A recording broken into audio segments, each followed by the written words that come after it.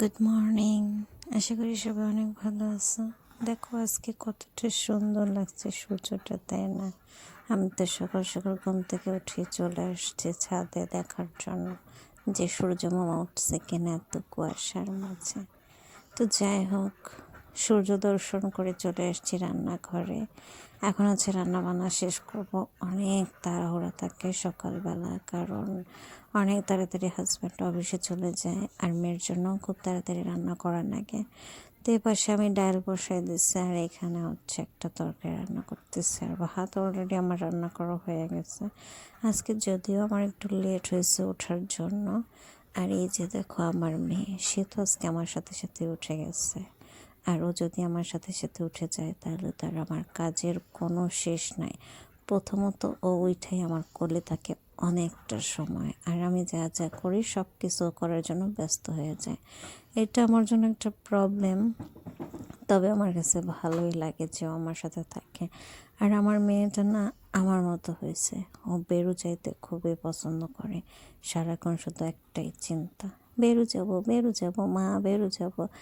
আর যদি আমি কাছাকাছি কোথাও নিয়ে যাই বেরো, তাহলে তাতে তার হবে না, তার বেরো যাইতে হবে রিক্সায় চড়া। যদি সে রিক্সায় করে বেরো না যায় তাহলে আবার তার বেরো যাওয়া হয় না। কি ফানি, তাই না? আমারও এরকম বেরো যাওয়ার অনেক ইচ্ছে ছিল। আমিও ভ্রমণ করতে অনেক পছন্দ করতাম। বিয়ের আগে অনেক জায়গায় ঘোরাঘুরি করছি, অনেক লং জায়গায় গেছি, অনেক লং জার্নি করছি বাসে করে। তো যাই হোক, সেটা আমার জন্য একটা ইচ্ছা। আমি তো ভাবছিলাম যে ট্রাভেল ব্লগার হব, কিন্তু সময়ের কারণে আর পরিস্থিতির কারণে কোনোটাই হয়ে ওঠে না। তো যাই হোক, ইন ফিউচার দেখবো যে আমি ব্লগার মানে ট্রাভেল ব্লগার হতে পারি কিনা। কারণ এর জন্য তো অনেক কিছুর প্রয়োজন আছে, যেমন সময় তেমন টাকা পয়সা। আর এখন যেহেতু মেয়েটা অনেক ছোট, এই ধরনের ব্লগিং আমি শুরু করতে পারতেছি না। কারণ যদি আমি এগুলো শুরু করি তাহলে আমার মেয়ের উপর অনেক হ্যাম্পার পড়বে, ওকে নিয়ে যাতায়াত করাটা আমার অনেক বেশি কষ্ট হয়ে যাবে। তো এর জন্য আমি ভাবতেছি যে এখনই শুরু না করে আমি আস্তে আস্তে ধীরে ধীরে পরে এই কাজটা শুরু করব। তবে আমার ট্রাভেল করতে খুবই ভালো লাগে। আর ইদানিংকালে না ট্রাভেল করতে আমার আগে যেরকম ভালো লাগতো, ইদানিংকালে আমি ট্রাভেল করতে গেলে কিন্তু হয়েছে, অসুস্থ হয়ে পড়ি। তো সেটাও একটা আছে, হয়তো বা আমি অনেক দিন এত লং জার্নি করি না, যার কারণে হচ্ছে এরকম হয়তো বা হয়। তো এটা জার্নি করতে করতে আশা করি ঠিক হয়ে যাবে। মানুষের শরীর হচ্ছে গিয়ে যা তুমি শোয়াবা তাই হচ্ছে শুয়ে যাবে, আর যতই তুমি আরাম দিবা তত আরামে থাকতে যাবে।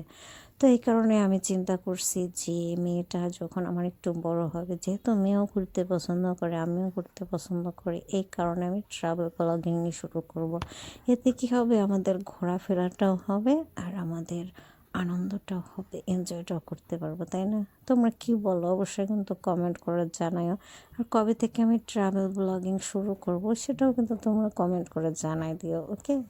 তো আজকের ভিডিওটা এখানেই শেষ করছি। তোমাদের কেমন লাগলো আজকের ভিডিওটা অবশ্যই কমেন্ট করে জানাও। আর যারা যারা আমাদের ডেইলি ব্লগ দেখতে পছন্দ করো তারাও কিন্তু কমেন্ট করে জানাবা। আর রান্নাবান্না শেষ করে কিন্তু আমরা এই যে আমার মেয়েকে নিয়ে একটু বেরো চলে গেছিলাম। কোথায় গেছিলাম যেন, একটু মার্কেটে গিয়েছিলাম, কিন্তু কী আর বলবো বলো, মার্কেটে যাইতে যাইতে আমার মেয়ে গেছে ঘুমাইয়া। ওরে যদি বাইরে কোথাও নিয়ে যাই তাহলেও একদম ঘুমাইয়ে পড়ে। তো যাই হোক, ওকে নিয়ে আসতে তো আমার হেভি কষ্ট হয়েছে, কারণ রাস্তাঘাটে যদি বাবুরা ঘুমায় যায় তখন তো বেশ কষ্ট।